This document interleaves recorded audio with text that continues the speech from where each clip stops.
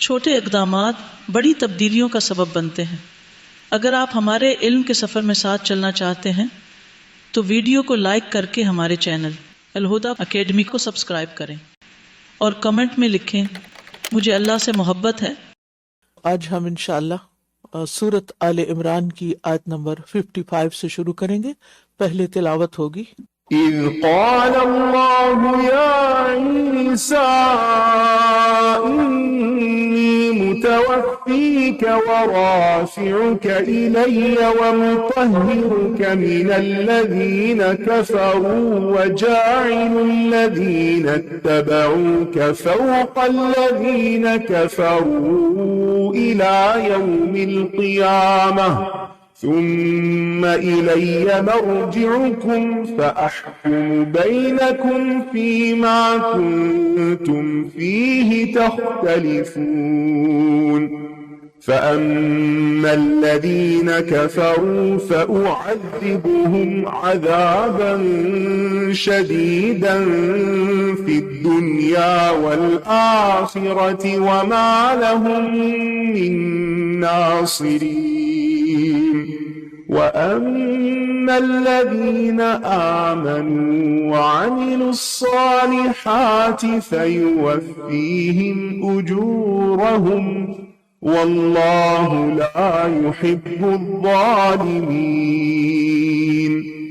ذَلِكَ نَتْلُوهُ عَلَيْكَ مِنَ الْآيَاتِ وَالذِّكْرِ الْحَكِيمِ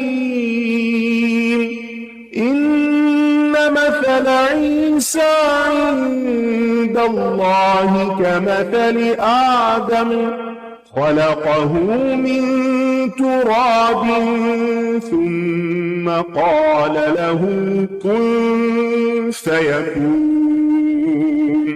الحق من ربك فلا تكن من الممترين فمن حاجك فيه من بعد ما جاءك من العلم فقل تعالوا ندع أبناءنا وأبناءكم ونساءنا ونساءكم وأنفسنا وأنفسكم ثم نبتهل فنجعل لعنة الله على الكاذبين إن هذا لهو القصص الحق وما من إله إلا الله وإن الله لهو العزيز الحكيم فإن تولوا فإن الله عليم بالمفسدين۔ جب اللہ نے فرمایا اے عیسیٰ بے شک میں تجھے قبض کرنے والا ہوں اور تجھے اپنی طرف اٹھانے والا ہوں اور تجھے ان لوگوں سے پاک کرنے والا ہوں جنہوں نے کفر کیا، اور جن لوگوں نے تیری پیروی کی انہیں قیامت کے دن تک کفر کرنے والوں پر فوقیت دینے والا ہوں۔ پھر تم سب کو میری ہی طرف لوٹنا ہے تو میں تمہارے درمیان اس چیز کے بارے میں فیصلہ کر دوں گا جس میں تم اختلاف کیا کرتے تھے۔ یہاں پر عیسیٰ علیہ السلام کے بارے میں بہت واضح بات کی جا رہی ہے کہ اللہ سبحانہ تعالیٰ نے ان کو اپنی طرف اٹھا لیا اور وہ دوبارہ پھر دنیا میں آئیں گے بھی۔ یہ جیسے اللہ سبحانہ تعالیٰ نے ان کی زندگی کو، ان کی پیدائش کو ایک معجزہ بنایا، اسی طرح ان کا دنیا سے اٹھایا جانا بھی ایک معجزہ ہے اور پھر دوبارہ واپس آنا بھی۔ یہ اس بات کو ظاہر کرتا ہے کہ اللہ تعالیٰ جو چاہے کر سکتا ہے۔ یہ قدرت کے قوانین ہمارے لیے ہیں، اللہ تعالیٰ کے لیے نہیں ہے جس نے ان سب چیزوں کو بنایا ہے۔ تو یہاں پر ان کے لیے متوفی کا لفظ استعمال ہوا ہے۔ انسان کی موت پر وفات کا جو لفظ بولا جاتا ہے تو اس لیے کہ اس کے جسمانی اختیارات مکمل طور پر اس سے لے لیے جاتے ہیں، اور اس اعتبار سے موت اس کے مختلف جو معنی ہیں ان میں سے ایک صورت ہے، یعنی ایک معنی ہے۔ نیند میں بھی چونکہ انسان کے اختیارات عارضی طور پر لے لیے جاتے ہیں، تو اس لیے نیند پر بھی قرآن نے وفات کا لفظ بولا ہے۔ تو اس کا مطلب یہ ہے کہ وفات کا اصل معنی ہے پورا پورا لے لینا۔ تو اللہ سبحانہ تعالیٰ نے فرمایا کہ اے عیسیٰ، میں تجھے یہودیوں کی سازش سے بچا کر پورا پورا اپنی طرف آسمان پہ اٹھا لوں گا۔ اور پھر ایسا ہی ہوا، اور جب دوبارہ ان کا نزول ہوگا اس وقت وہ دنیا میں آ کر پھر باقاعدہ جیسے تمام انسان فوت ہوتے ہیں وہ بھی فوت ہوں گے، اور پھر طبعی موت کے ساتھ دنیا سے واپس جائیں گے۔ اور مطہرہ کا مطلب ہے کہ تجھے پاک کرنے والا ہوں، یعنی ان تمام الزامات سے پاک کرنے والا ہوں جن سے لوگ آپ کو متہم کر رہے تھے، اور نبی صلی اللہ علیہ وسلم کے ذریعے آپ پر آنے والے تمام الزامات کی تردید ہو گئی۔ اور پھر یہ کہ ان لوگوں کو جو تجھ پر ایمان رکھیں گے ان کو قیامت تک غلبہ دینے والا ہوں۔ اس سے مراد یا تو نصارہ ہے جن کا دنیاوی غلبہ ہے، اور یا پھر مسلمان ہیں کہ جو امت محمدیہ ہے صلی اللہ علیہ وسلم، کہ جو تمام انبیاء کی سمیت عیسیٰ علیہ السلام کے تصدیق کرتے ہیں اور ان کی صحیح دین کی پیروی کرتے ہیں، وہ اپنے علمی لحاظ سے سب پر غالب ہیں۔ پھر فرمایا، پھر جن لوگوں نے کفر کیا تو میں انہیں دنیا اور آخرت میں بہت سخت عذاب دوں گا، اور ان کے لیے کوئی بھی مددگار نہ ہوگا۔ اور رہے وہ لوگ جو ایمان لائے اور انہوں نے نیک عمل کیے تو وہ انہیں ان کے اجر پورے پورے دے گا، اور اللہ ظالموں سے محبت نہیں کرتا۔ تو اس سے پتہ چلتا ہے کہ اللہ تعالیٰ کسی کے بھی اجر میں ذرہ برابر بھی کمی نہیں کرتا۔ اور یہ بھی یاد رکھیے کہ معاملات کرتے ہوئے کبھی کسی پر ظلم نہ کریں، کیونکہ اللہ ظالم سے محبت نہیں کرتا۔ جو شخص ظالم ہوتا ہے کسی بھی اعتبار سے، وہ اللہ تعالیٰ کی محبت سے محروم ہو جاتا ہے۔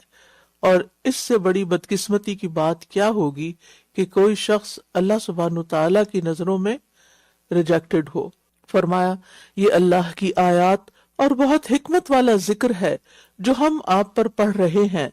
بے شک عیسیٰ کی مثال اللہ کے ہاں آدم کی مثال کی طرح ہے۔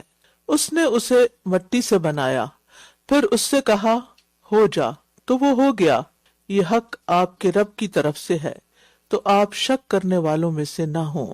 عیسیٰ علیہ السلام مخلوق ہیں، اللہ کے بیٹے نہیں ہیں۔ اللہ نے انہیں بنایا جیسے آدم کو بنایا تھا۔ آدم علیہ السلام کی تو نہ ماں تھے نہ باپ، پھر بھی اللہ نے ان کو اپنے ہاتھ سے پیدا کیا اور تخلیق کیا۔ تو عیسیٰ علیہ السلام کو بھی اللہ سبحانہ تعالیٰ نے بغیر باپ کے اپنی قدرت سے پیدا کیا، لیکن لوگوں نے اس کو نہیں مانا۔ فرمایا کہ یہ حق آپ کے رب کی طرف سے ہے کہ وہ ایک انسان تھے، اللہ کے بیٹے نہیں تھے، لہٰذا آپ شک نہ کریں۔ پھر جو کوئی آپ سے اس کے بارے میں جھگڑا کرے اس کے بعد کہ آپ کے پاس علم آ چکا، تو کہہ دیجئے کہ آؤ ہم اپنے اور تمہارے بیٹوں کو اور اپنی اور تمہاری عورتوں کو بلا لیں، اور ہم خود بھی آ جائیں اور تم بھی آ جاؤ، پھر ہم گڑ گڑا کر دعا کریں، پھر ہم جھوٹوں پر اللہ کی لعنت کریں۔ بلا شبہ یہ بالکل سچا بیان ہے، اور اللہ کے سوا کوئی معبود نہیں، اور بے شک اللہ یقیناً وہ بہت زبردست خوب حکمت والا ہے۔ پھر اگر وہ منہ موڑ جائیں تو بے شک اللہ فساد کرنے والوں کو خوب جانتا ہے۔ تو اس سے یہ پتہ چلتا ہے کہ اگر کوئی شخص اللہ سبحانہ تعالیٰ کی بات کو نہیں مانتا اور ضد کی وجہ سے حق کا انکار کرتا ہے، تو ایسے شخص سے مباہلہ ہو سکتا ہے، جیسے یہاں پر دونوں فریقین کو اکٹھا کر کے جھوٹے پر اللہ کی لعنت کرنے کی بات کی گئی۔ ایسا کیوں ہے؟ اس لیے کہ جو توحید کا انکار کرتا ہے وہ معاشرے میں شر و فساد پھیلانے کا باعث بنتا ہے۔ تو اس لیے باقی چیزوں پر انسان کہیں نہ کہیں نرمی دکھا سکتا ہے، لیکن توحید کا معاملہ ایسا ہے کہ جس پر انسان کو پوری طرح فرم ہونا چاہیے، کیونکہ ذرہ برابر، رائی کے دانے برابر بھی شرک اللہ تعالیٰ برداشت نہیں کرے گا، اور وہ انسان کے سارے اعمال کو برباد کرنے کا ذریعہ۔ لہٰذا ایسے معاملات میں انسان اپنے نقطہ نظر کو ہر طرح سے بیان کرنے کی کوشش کرے۔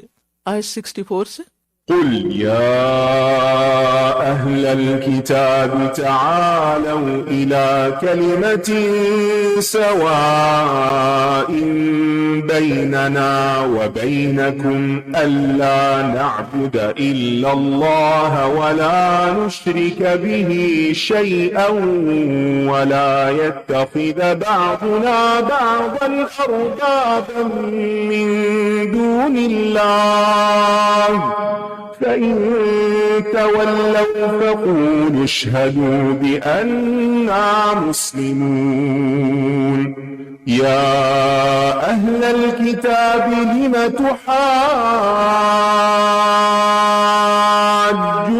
في إبراهيم وما أنزلت التوراة والإنجيل إلا من بعده أفلا تعقلون ها أنتم هؤلاء حاججتم فيما لكم به علم فلم تحاجون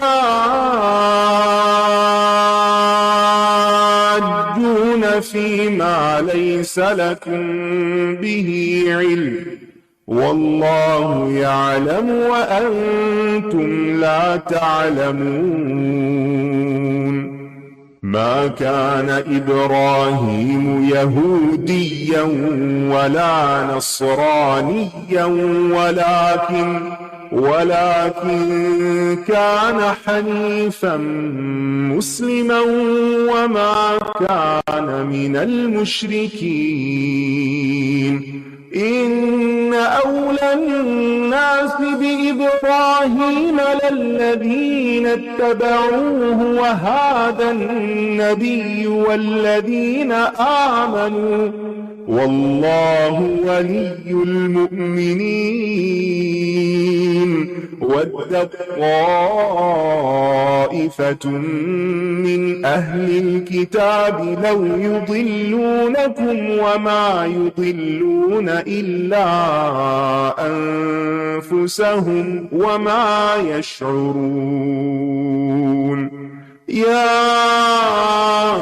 أهل الكتاب لم تكفرون بآيات الله وأنتم تشهدون يا أهل الكتاب لم تلبسون الحق بالباطل وتكتمون الحق وأنتم تعلمون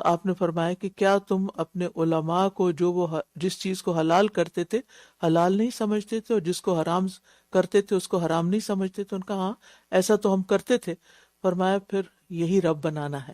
تو اس سے مطلب یہ ہے کہ کسی کو رب ماننے کا مطلب یہ ہے کہ جو کچھ وہ کہتا ہے بس وہی حرف آخر ہے، وہی ٹھیک ہے، اور اس کے مقابل میں رب کی بات جو ہے اس کو چھوڑ دیا جائے۔ تو اس سے پرہیز کرنا چاہیے۔ اسی طرح اللہ کے سوا کسی اور کو سجدہ کرنا بھی اس کو رب بنانا ہے، کسی اور کے نام کی نظر و نیاز دینا بھی اس کو رب بنانا ہے، یعنی اس کے بندے ہیں جو وہ کہہ رہا ہے وہ کر رہے ہیں یا اس کو خوش کرنے کی کوشش میں لگے ہوئے ہیں، تو اس سے پرہیز کرنے کی ضرورت ہے۔ اے اہل کتاب، تم ابراہیم کے بارے میں کیوں جھگڑا کرتے ہو حالانکہ تورات اور انجیل اس کے بعد ہی تو نازل کی گئی تھی؟ کیا پھر بھی تم عقل سے کام نہیں لیتے؟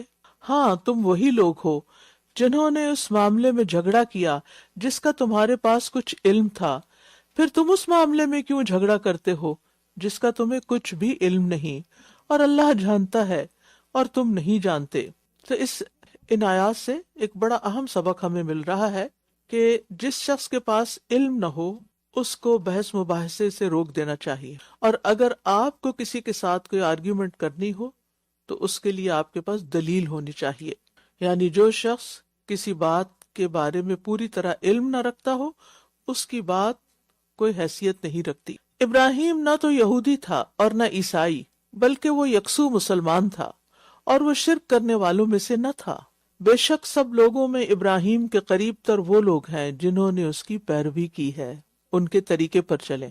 اور ابراہیم علیہ السلام کی زندگی میں سب سے بڑی اور سب سے خوبصورت بات کیا ہے جو ان کا اسوہ حسنہ ہے؟ انہوں نے کس بات کی خاطر آگ میں جانا گوارا کیا، کس بات کی خاطر اپنے والدین کو چھوڑا، کس بات کی خاطر اپنا وطن چھوڑا، کس بات کی خاطر انہوں نے بت توڑے، لا الہ الا اللہ۔ یعنی ان کو بیزاری تھی تو کس سے؟ شرک سے۔ اور قرآن نے ان کے حق میں بارہا گواہی دی کہ وہ شرک کرنے والوں میں سے نہ تھا۔ بے شک سب لوگوں میں ابراہیم کے قریب تر وہ لوگ ہیں جنہوں نے اس کی پیروی کی اور یہ نبی اور وہ لوگ بھی جو آپ پر ایمان لائے، اور اللہ مومنوں کا دوست ہے۔ اہل کتاب میں سے ایک گروہ چاہتا ہے کہ کاش وہ تمہیں گمراہ کر دے، حالانکہ وہ خود اپنے آپ ہی کو گمراہ کر رہے ہیں اور وہ شعور نہیں رکھتے۔ اے اہل کتاب، تم کیوں اللہ کی آیات کا انکار کرتے ہو حالانکہ تم ان کی سچائی کی گواہی دیتے ہو؟ اے اہل کتاب، تم حق کو باطل کے ساتھ کیوں خلط ملط کرتے ہو اور تم حق کو چھپاتے ہو حالانکہ تم جانتے ہو۔ یہاں پر آپ دیکھیں کہ اللہ سبحانہ وتعالیٰ براہ راست اہل کتاب کو مخاطب کر کے ان سے متعلق بہت سے احکامات دے رہے ہیں۔ کائنڈلی آپ پیچھے چلی جائیں، اس میں آ جاتے۔ تو اس سے یہ پتہ چلتا ہے کہ قرآن مجید حق بیان کرتا ہے، اور اصل حق وہ ہے جو اللہ سبحانہ تعالیٰ کی طرف سے آئے، لہٰذا اس میں شک نہیں کرنا چاہیے۔ باقی دنیا بھر کی فلسفے اور دلیلیں اور چیزیں وہ میٹر نہیں کرتی۔ نیکسٹ۔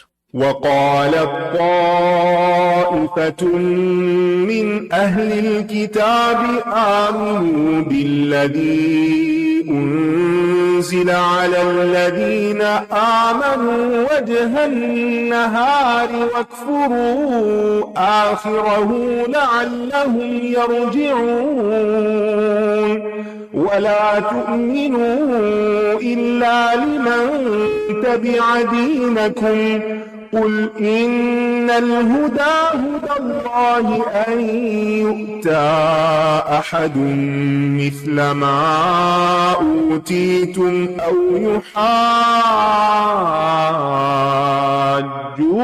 عند ربكم قل إن الفضل بيد الله يؤتيه من يشاء والله واسع عليم يختص برحمته من يشاء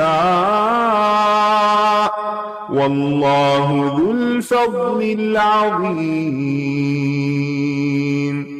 ومن أهل الكتاب من إن تأمنه بقنطار يؤده إليك ومنهم من إن تأمنه بدينار لا يؤده إليك إلا ما دمت عليه قائما ذلك بأنهم قالوا ليس علينا في الأميين سبيل ويقولون على الله الكذب وهم يعلمون بلى من أوفى بعهده واتقى فإن الله يحب المتقين إن الذين يشترون بعهد الله وأيمانهم ثمنا قليلا أولئك لا خلاق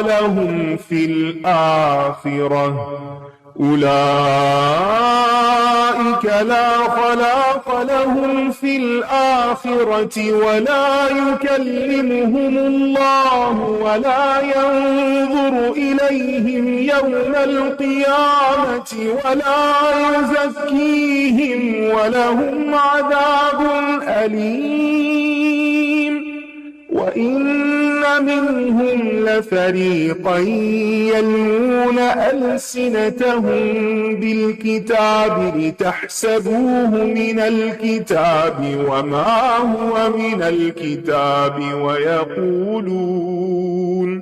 ويقولون هو من عند الله وما هو من عند الله ويقولون على الله الكذب وهم يعلمون ما كان لبشر أن يؤتيه الله الكتاب والحكم والنبوة ثم يقول للناس كونوا عبادا لي من دون الله ولكن كونوا ربانيين بما كنتم تعلمون الكتاب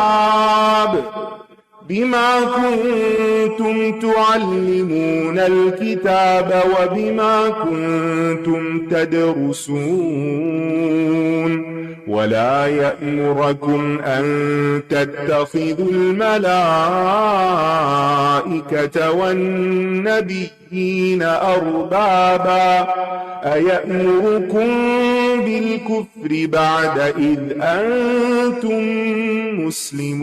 مسلمون।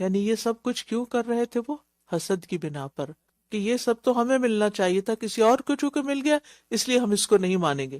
کہہ دیجئے بے شک فضل اللہ ہی کے ہاتھ میں ہے، وہ جسے چاہتا ہے عطا کرتا ہے، اور اللہ وسعت والا خوب علم والا ہے۔ یاد رکھیے کہ کسی کے پاس کوئی بھی جب نعمت دیکھے، یعنی اس سے ہمیں ایک سبق سیکھنا ہے، کسی کے پاس کوئی بھی نعمت دیکھیں تو حسد نہ کریں، جالس نہ ہوں، یہ تمنا نہ کریں کہ اس سے چلی جائے یہ نعمت، اس سے چھن جائے، بلکہ اللہ سے اس کا فضل مانگے، کیونکہ بے شک فضل اللہ ہی کے ہاتھ میں ہے، وہ جسے چاہتا ہے عطا کرتا ہے۔ تو بات یہ کہ اگر اللہ تعالیٰ کسی اور پر فضل کر سکتا ہے تو پھر وہ ہم پر بھی فضل کر سکتا ہے۔ تو بس اللہ من فضلہ، اللہ سے اس کا فضل مانگتے رہنا چاہیے۔ اور دوسرا یہ کہ اگر کسی کی نعمت دیکھ کر دل میں تکلیف شروع ہو گئی ہے، بے چینی شروع ہو گئی ہے، بے قراری آ گئی ہے، تو کیا کریں؟ اپنی نعمتوں کو گننا شروع کر دیں۔ جب آدھا دن گزر جائے تو سوچا کریں آج کے دن میں میرے ساتھ کیا کیا اچھا ہوا ہے۔ جب سارا دن گزر جائے تو پھر سوچا کریں آج کے دن میں، پورے دن میں میرے ساتھ کیا کیا اچھا ہوا ہے۔ اگر اس وقت بھی آپ یہ ایکٹیویٹی کریں، سوچنا شروع کریں کہ صبح سے لے کے اب تک مجھے کیا کیا ملا ہے، کیا کیا کون کون مجھے دیکھ کے مسکرایا ہے، کس کو دیکھ کے میرا دل خوش ہو گیا ہے، میرے کھانے میں کیا کچھ تھا، میں صحت مند تھی، میں چلنے پھرنے کے قابل تھی، اور بھی یعنی بہت ساری ایسی چیزیں ہوتی ہیں جو ہر روز بہت اچھی ہوتی ہیں لیکن ہم ان کو شمار ہی نہیں کرتے۔ لہٰذا اگر کسی جگہ ہماری زندگی میں کوئی کمی ہے اور دوسرے کی زندگی میں وہ کمی نہیں تو ہم اس کو دیکھ کر غمگین ہو جاتے ہیں۔ تو اس غم سے باہر نکلنے کی ضرورت ہے، اور یہ صرف اس وقت ممکن ہے جب آپ اپنی نعمتوں کو گننا شروع کریں گے۔ تو اپنے یہ روزانہ یہ ایکٹیویٹی آپ کریں گے تو آپ بہت اچھا فیل کرنا شروع کر دیں گے۔ فرمایا وہ اپنی رحمت کے ساتھ خاص کر لیتا ہے جسے وہ چاہتا ہے، اور اللہ بڑے فضل والا ہے۔ اور اہل کتاب میں سے کوئی ایسا ہے کہ اگر آپ اسے ایک خزانہ بطور امانت دیں تو وہ اسے آپ کو واپس کر دے گا، اور ان میں سے کوئی ایسا بھی ہے کہ اگر آپ اسے ایک دینار بھی بطور امانت دیں تو وہ کبھی آپ کو واپس نہیں کرے گا۔ ہر قوم میں دونوں طرح کے لوگ ہوتے ہیں، مگر یہ کہ آپ اس کے سر پر کھڑے رہیں، یہ اس وجہ سے کہ ان کا کہنا یہ ہے کہ ہم سے امیوں کے بارے میں یعنی عربوں کے بارے میں کوئی مواخذہ نہیں ہوگا، اور یہ اللہ پر جھوٹ کہتے ہیں، حالانکہ یہ جانتے ہیں کہ اللہ تعالیٰ نے ایسی کوئی بات نہیں کہی۔ تو یہاں آپ دیکھ رہے ہیں کہ اللہ سبحانہ وتعالیٰ کا انصاف کہ اگر مشرکین میں سے بھی کسی کے اندر کوئی خوبی ہے تو اس خوبی کو ظاہر کر دیا گیا ہے، اور اسی طرح دیگر لوگوں میں بھی۔ اور پھر یہاں پر امانت کا پاس رکھنے کی بات کی کہ کچھ لوگ بائی نیچر امانتوں کا پاس رکھتے ہیں، کسی کی چھوٹی سی چیز بھی ہوگی، چھوٹی سی بات بھی ہوگی تو اس کی حفاظت کریں گے، لیکن کچھ لوگ دوسروں کی تو کیا اپنی چیزوں کی بھی حفاظت سے بالا ہوتے ہیں۔ اور پھر آپ دیکھیے کہ لوگوں کے مال باطل طریقے سے کھانے میں ایک چیز یہ بھی آتی ہے کہ کسی کی امانت غصب کر جائے انسان اور وہ اس کو واپس نہ لوٹائے۔ اور پھر ایسا کب کرتا ہے انسان؟ جب وہ دوسرے کو کمزور سمجھتا ہے، حقیر سمجھتا ہے، کر لو جو کرنا ہے، نہیں کرتا واپس، کوئی نہیں لی میں نے، صاف انکار کر دے۔ تو ایسے لوگ ہوتے ہیں، تو ہمیں یہ دیکھنا چاہیے کہ ہم کن میں شمار ہوتے ہیں، کیا ہم امانتوں کا پاس رکھنے والے؟ کیونکہ فردوس کے وارث، جنت الفردوس کے وارث وہ لوگ ہیں جن کی صفات کیا ہے؟ والذین هم لاماناتہم وعہدہم راعون، جو اپنی امانتوں اور عہدوں کی نگہداشت کرتے ہیں، ان کی حفاظت کرتے ہیں۔ فرمایا کیوں نہیں، مواخذہ تو ہوگا، ہاں جس نے اپنا عہد پورا کیا اور تقوی اختیار کیا تو یقیناً اللہ متقی لوگوں سے محبت کرتا ہے۔ معاہدوں کو پورا کرنا، امانتوں کو لوٹانا اور وعدے پورے کرنا، یہ تقوی ہے، اور جو تقوی اختیار کرتا ہے وہ اللہ کا محبوب بن جاتا ہے۔ فرمایا بے شک جو لوگ اللہ کے عہد اور اپنی قسموں کو تھوڑی قیمت کے عوض بیچ ڈالتے ہیں ان کے لیے آخرت میں کوئی حصہ نہ ہوگا، اور قیامت کے دن اللہ ان سے کلام نہ کرے گا اور نہ ان کی طرف دیکھے گا اور نہ ہی ان کو پاک کرے گا، بلکہ ان کے لیے دردناک عذاب ہوگا۔ یاد رکھیے جھوٹی قسمیں کھا کر اپنا سودا بیچنا دراصل اللہ کو ناراض کرنا ہے، اور اللہ تعالیٰ ان پر ایسا ناراض ہوگا کہ قیامت کے دن ان کی طرف دیکھے گا بھی نہیں، ان سے بات تک نہیں کرے گا، ان کو پاک نہیں کرے گا، ان کو معاف نہیں کرے گا۔ تو اس لیے امانتیں ہوں، عہد ہوں، قسمیں ہوں، ان سب چیزوں کو دنیاوی مفادات سے بالا رکھنا چاہیے، اور اللہ کے ہاں جواب دہی سے بچنے کے لیے ان کی حفاظت کرنی چاہیے۔ پھر فرمایا، اور بے شک ان میں ایک گروہ کے لوگ ایسے ہیں جو اللہ کی کتاب پڑھتے وقت اس کے ساتھ اپنی زبانوں کو مروڑتے ہیں تاکہ تم اسے کتاب کی عبارت سمجھو، حالانکہ وہ کتاب میں سے نہیں ہوتا، اور یہ کہتے ہیں کہ وہ اللہ کی طرف سے ہے، حالانکہ وہ اللہ کی طرف سے نہیں ہوتا، اور یہ جانتے بوجھتے اللہ پر جھوٹ بولتے ہیں۔ اب دیکھیے کہ کوئی بات جو اللہ کی طرف سے نہ ہو اسے لوگوں کو یہ کہہ کے بتانا یہ اللہ کی طرف سے، چاہے وہ یہ کہہ کے بتایا جائے کہ اللہ نے فرمایا اور اللہ تعالیٰ نے فرمایا نہ ہو، یا پھر انداز ایسا اختیار کر لینا، اپنی ٹون ایسی اختیار کرنا کہ گویا وہ اللہ کی طرف سے۔ آپ نے کبھی ایسے لوگوں کو سنا ہوگا جو بعض اوقات عام باتوں کو بھی اس طرح گا گا کے پڑھ رہے ہوتے ہیں، گویا وہ قرآن کا ترجمہ کر رہے ہوں، یا کوئی حدیث بیان کر رہے ہوں، یا حدیث کے اندر ایسی اور اپنی باتیں اپنی طرف سے شامل کر لیتے ہیں۔ تو اس سے بھی پرہیز کرنا چاہیے، یعنی اگر آپ کوئی اپنی بات کر رہے ہیں تو ٹون بدل لیجئے تاکہ لوگ یہ نہ سمجھے کہ یہ قرآن میں لکھا ہے۔ یعنی بہت احتیاط کی ضرورت ہے اس میں ہم سب کے لیے۔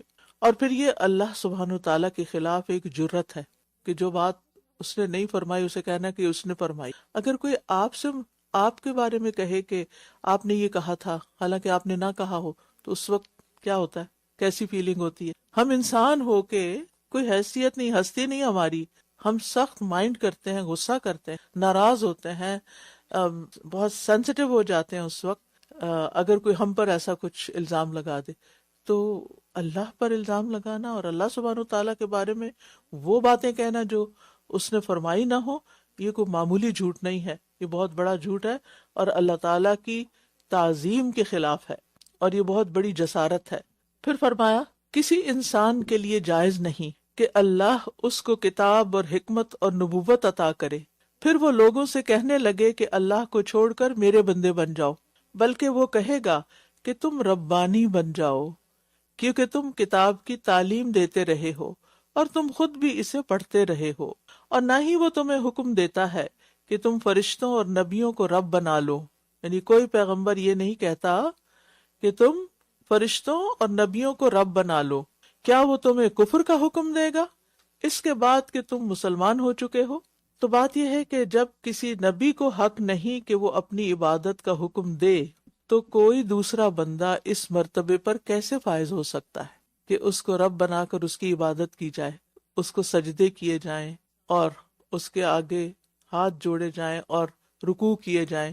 لیکن افسوس یہ کہ آج مسلمانوں کے اندر ایسی چیزیں پائی جاتی ہیں کہ وہ انسانوں کے آگے جا کر نہ صرف یہ کہ اس طرح جھکے ہوتے ہیں جیسے رکوع، بلکہ بعض لوگ تو میں نے خود اپنی آنکھوں سے ویڈیوز میں سجدہ کرتے ہوئے دیکھے۔ تو سجدہ عبادت کے لیے ہوتا ہے، ہماری شریعت میں سجدہ تعظیمی منع ہے، پہلی شریعتوں میں اجازت تھی، ہمارے لیے منع ہے۔ اسی طرح کسی کے آگے رکوع میں جھکنا یہ بھی درست نہیں، یعنی کوئی بھی ایسی چیز جو صرف اللہ کے لیے زیبا ہے اس کو کسی انسان کی طرف منسوب نہیں کرنا چاہیے۔ مثلاً یہ کہ غلطی سے پاک صرف ایک ہستی، اور وہ کون ہے؟ اللہ سبحانہ وتعالی۔ اب یہ کہنا کہ فلاں انسان نے تو کبھی کوئی غلطی نہیں کی، یہ سمجھ لینا، یہ بھی درست نہیں۔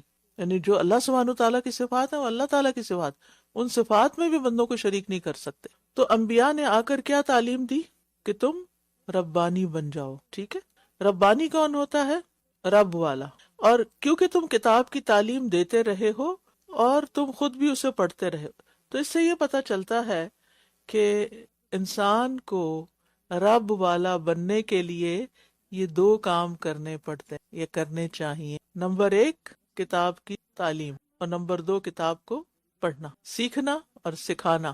اگر آپ اللہ تعالیٰ سے قریبی تعلق قائم کرنا چاہتے، محبت کا تعلق قائم کرنا چاہتے، خشیت کا تعلق قائم کرنا چاہتے، ہر لمحہ کنیکٹڈ رہنا چاہتے ہیں، تو اس کے لیے یہ بہترین نسخہ ہے۔ ساری زندگی قرآن کے طالب علم بنے رہے اور ساری زندگی قرآن کو سکھانے والے بنتے رہے، چاہے تھوڑا تھوڑا ہی کیوں، چاہے چند حروف ہی کیوں نہیں، چند۔ آپ دیکھیے کہ اس وقت اتنا آسان ہو گیا دوسروں کو سکھانا، سکھانے میں ضروری نہیں کہ لمبی چوڑی تشریح کی جائے، آپ لفظی سے ترجمے والا سپارہ لے کر کسی کو شروع کروا سکتے ہیں کہ آئے مل بیٹھ کر لفظ عربی میں پڑھتے ہیں اور اس کا ترجمہ پڑھتے ہیں اور مل کے یاد کرتے ہیں اور قرآن کو سمجھتے ہیں، اپنی دوستوں کے ساتھ، اپنے بچوں کے ساتھ، کسی کے ساتھ بھی بیٹھ کر. اور اس سے آپ دیکھیں کہ آپ کا ایمان تازہ ہوتا رہے گا اور آپ کے دل میں اللہ تعالیٰ کی محبت پیدا ہوتی رہے گی، کیونکہ قرآن اللہ کا کلام ہے نا، تو اس کے کلام کے ذریعے ہی اس کی محبت ملتی. یہ سب سے بہترین ذریعہ ہے. کچھ اور کام بھی ہیں جس سے اللہ کی محبت ملتی، لیکن خاص طور پر یہ کام، جیسے ان اللہ یحب التوابین و یحب المتطہرین، بے شک اللہ محبت کرتا ہے کس سے؟ توبہ، بہت توبہ کرنے والوں سے. صرف تائب نہیں کہا گیا، تواب کہا گیا. اور تواب کون ہوتا ہے؟ بار بار توبہ کرتا ہے، چھوٹی بڑی ہر غلطی پہ توبہ کرتا ہے، استغفار کرتا ہے.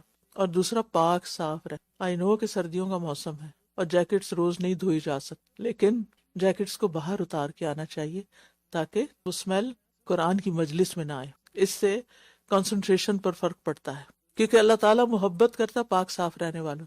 نبی صلی اللہ علیہ وسلم نے مسجد میں لہسن پیاز کھا کر جانے سے کیوں منع کیا؟ اسمیل آتی کس کو؟ نمازیوں کے علاوہ کسی اور کو بھی آتی ہے، فرشتوں کو، ان کو اس سے اذیت ہوتی. انہوں نے قرآن کی مجلسوں میں آنا ہوتا ہے، انہوں نے مسجد میں نمازوں کے وقت حاضری دینی ہوتی ہے، اور جب نمازیوں سے اسمیل آ رہی ہو تو وہ پیچھے ہٹتے. یعنی فطرت سلیمہ پہ رہنے کا تقاضا کیا ہے؟ پاک صاف رہے. آنے سے پہلے اپنے کپڑوں کو ضرور اسمیل کریں، چیک کریں صاف ہیں کہ نہیں. سستی کا مظاہرہ نہ کریں، کیونکہ قرآن کی مجلس عظیم مجلس ہوتی ہے جس کو اللہ کی رحمت اور سکینت اور فرشتے ڈھانپ لیتے ہیں. تو ایسا نہ ہو کہ ہم سے کسی انسان کو تکلیف ہو یا پھر فرشتوں کو تکلیف ہو اور وہ چلے ہی نہ جائیں، کیونکہ اس طرح جو امامت کرا رہا ہوتا ہے اس کے امامت میں بھی خلل آتا ہے، اور جو سبق پڑھا رہا ہوتا ہے اس کے سبق پڑھانے میں بھی کنسنٹریشن میں فرق پڑ جاتا ہے. تو انسان جو مقصد ہوتا ہے وہ نہیں پھر اس سے حاصل ہوتا اس کو. تو بہرحال علم کا فائدہ یہ ہوتا ہے کہ انسان اللہ تعالیٰ کے ساتھ گہرا تعلق بنا لیتا ہے، اور اس میں ضروری نہیں ہوتا کہ کوئی بہت لمبی چوڑی باتیں اور فلسفے آپ سکھائیں لوگوں کو. آپ چھوٹی چھوٹی چیزوں سے شروع کر سکتے. کسی کو کلمہ سکھا دیں، کسی کو نماز کا طریقہ سکھا دیں، کسی کو صحیح وضو کرنا سکھا دیں، کسی کو صحیح طور پر رکوع اور قیام اور سجدہ کرنا سکھا دیں، کسی کو کوئی چھوٹی چھوٹی دعا سکھا دیں. اور آغاز کہاں سے کریں گے؟ شروع کہاں سے کریں گے؟ اپنے گھر والوں سے. ٹھیک ہے، نبی صلی اللہ علیہ وسلم نے تبلیغ کہاں سے شروع کی؟ آپ کو کیا حکم ملا تھا؟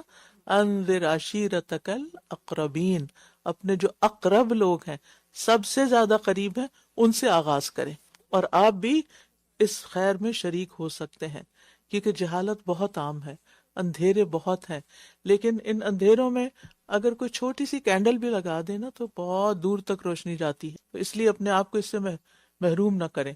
اور ایسی تعلیم انتہائی ضروری ہے جو ہمیں اللہ کی بندگی کرنا سکھائے. ہر انسان کے لیے ضروری ہے، کیونکہ واپسی اللہ کی طرف ہے اور اس نے پوچھنا ہے. اور ایسی تعلیم سے دور رہنا چاہیے کہ جو اللہ کے سوا کسی اور کا بندہ بنا دے یا کسی اور کو رب کا مقام دے دے، کیونکہ ایسی تعلیم اللہ اور اس کے رسول کی تعلیم نہیں ہو سکتی. نیکسٹ.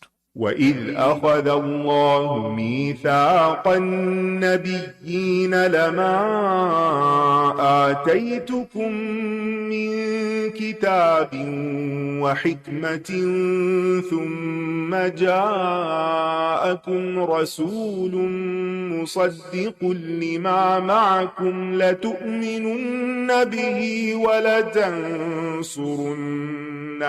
قال أأقررتم وأخذتم على ذلكم إصري قالوا أقررنا قال فاشهدوا وأنا معكم من الشاهدين فمن تولى بعد ذلك فأولئك هم الفاسقون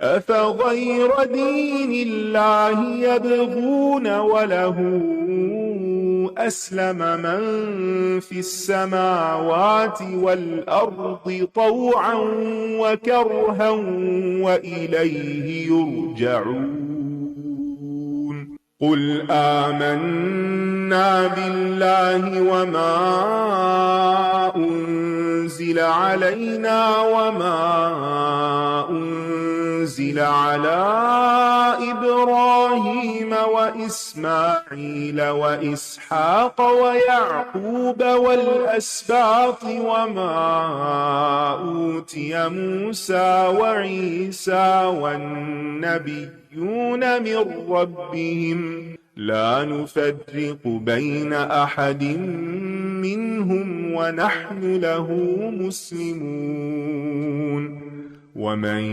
يبتغ غير الإسلام دينا فلن يقبل منه وهو في الآخرة من الخاسرين كيف يهدي الله قوما كفروا بعد إيمانهم وشهدوا أن الرسول حق وجاءهم البينات والله لا يهدي القوم الظالمين أولئك جزاؤهم أن عليهم لعنة الله والملائكة والناس أجمعين خالدين فيها لا يخفف عنهم العذاب ولا هم ينظرون إلا الذين تابوا من بعد ذلك وأصلحوا فإن الله غفور رحيم إن الذين كفروا بعد إيمانهم ثم ازدادوا كفرا لن تقبل توبتهم وأولئك هم الضالون